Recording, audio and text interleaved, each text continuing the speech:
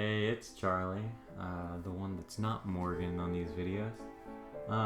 I've been editing these for him because my computer runs Premiere really well. I own all of that, and he doesn't quite yet, so I'm giving him a helping hand.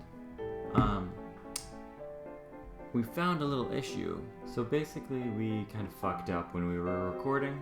We somehow managed to record only the video and our dialogue. So for episodes like 4 to fucking 11, we don't have any game audio. So instead of re-recording like we did last time, we're just gonna give a brief synopsis of all those shit you missed. So basically, we woke up from the cave-in and got medically tortured by Dr. Fuller and some ugly-ass nurse lady who went squid mode for a second.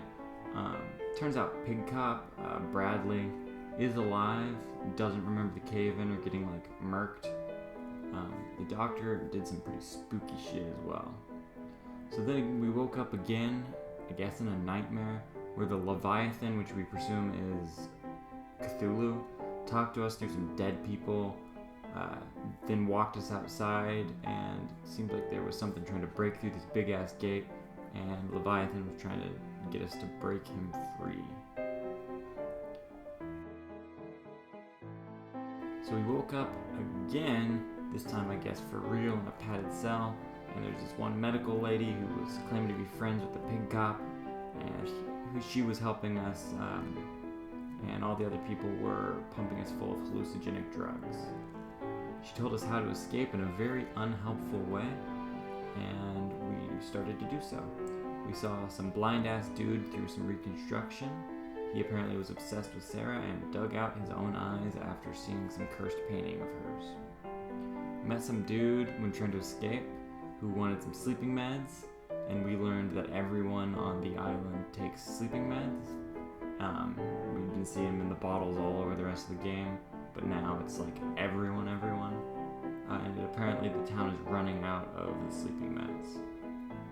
So to escape, we blew up some electroshock bullshit to distract the guards, and then we ran away like total pussies.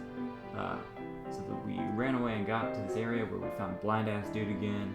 He ended up being someone named Francis Sanders. He talked about something that is following him and trying to kill him.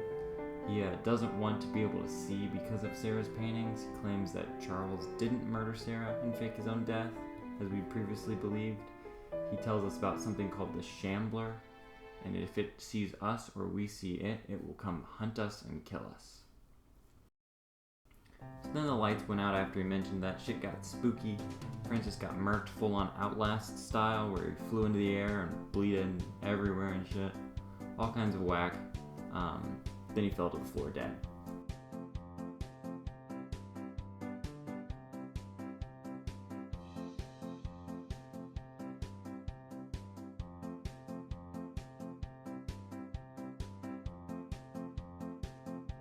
So once again we ran away like pussies, and got caught in a bunch more scarecrow kind of gas. Luckily, Pig Boy Bradley Cop came to our rescue. So once again we woke up and found ourselves in a different location. This time is the Hawkins Manor. Pig Boy and Dr. Lady were both there. Pig Boy definitely doesn't remember Charles going Squiddo mode, but he seems to have a good amount of memory loss overall, so we're not sure if that was a figment of our imagination. And we talked to Mary, who was the helpful nurse lady, doctor lady, not entirely sure, don't remember. She talked about how Sarah was committed to the asylum secretly to avoid bringing shame to her family. We also learned that Dr. Fuller's dad founded the hospital with funds from the Hawkins family. You may be thinking, is that important? I have no clue. They made it seem important, but it might totally not. Mary, Dr. Lady Colton, says that Fuller uses her patients as guinea pigs and shit like torture. Also definitely invented some hallucinogenic scarecrow-ass gas. She then talked about that blind-ass dude we found and how he got sent to the basement where she never got to see him again. Apparently he was an art collector and had a bunch of Sarah's art. We decided to visit his wife, Irene. Then we drank a fuckload of whiskey, and it affected our destiny, unfortunately. Or maybe fortunately, we don't know. So we eventually showed up at Irene's place. We showed up, and she already knew about her husband's death. She didn't seem too sad. But Kat was there at least, so I was happy.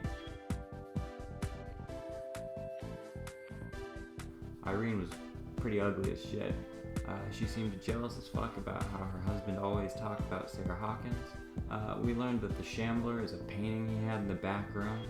Through some Batman-ass reconstruction shit, we learned that Sarah was afraid of the Shambler painting, didn't want to sell it, but our soon-to-be blind boy Francis forced her to give it to him over time.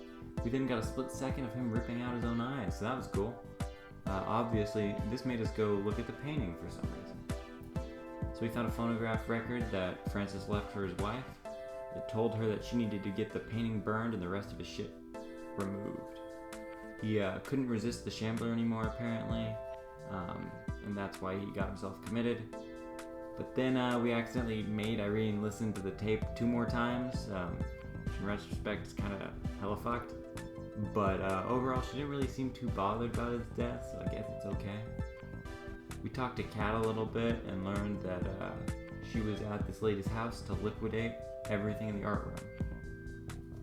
Found a whack-ass cult book that we read, and I guess it messed with our destiny again. But we kind of had to. I mean, it looked cool. We then spent way too much time looking at all the art that Francis has collected in his room. Most of it was cultic and very Cthulhu-esque, but it was pretty cool.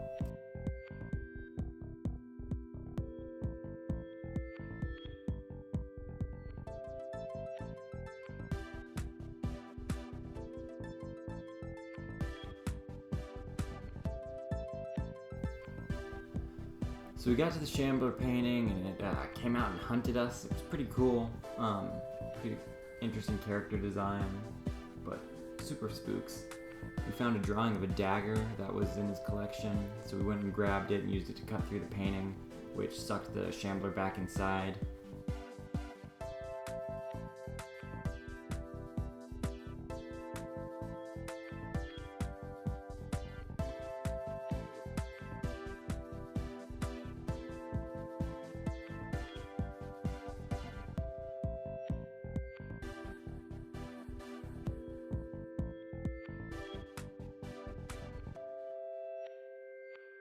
It also turned our hand all dark and spooky, so we almost stabbed it.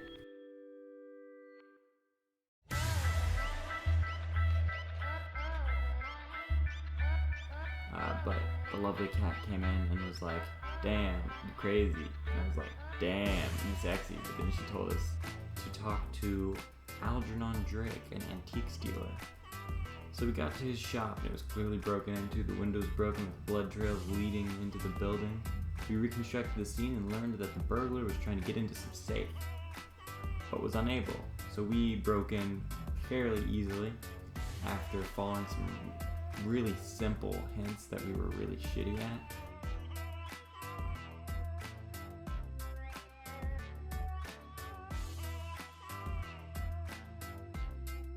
But eventually we found our way in. So inside was probably the Necromonicon book. Otherwise it was just some other really occult-esque book. But we opened it, looking at it made shit float and look as if we were underwater.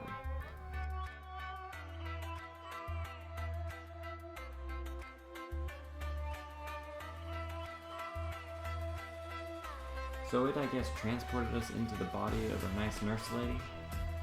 So we did a bunch of medical help, I guess, and shit was probably completely unnecessary, but we got a few achievements out of it, and we saw Dr. Evil Dude and the Ratman Sailor talking a bunch. So then we found a shitload of Dr. Evil's homemade medicine, and it seemed like he gave it to everyone no matter what their illness was. We also saw that Officer Pigboy Bradley was getting that and more sleeping meds. We then decided to break into the head doctor's office. There was some lady trying to stop us, but we fucked over someone else to get through. Once in the office, we looked for missing files and accidentally did a apparently a puzzle, but we did it in one click on accident. So that was kind of cool. He gave us Sarah Hawkins' file. We found out that Sarah Hawkins talks about a mythos, and that Dr. Fuller believes her delusions come from her so-called special powers. He apparently took a lot of her blood to try and gain the powers himself, and in a reconstruction, we saw Rat Man, and he was talking to him about something regarding hiding a body and its belongings in plain sight. Not entirely sure what that meant, but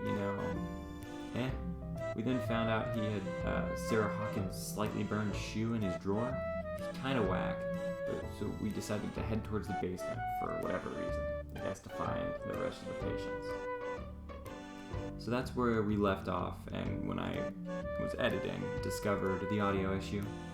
Really sorry you guys missed out on these episodes.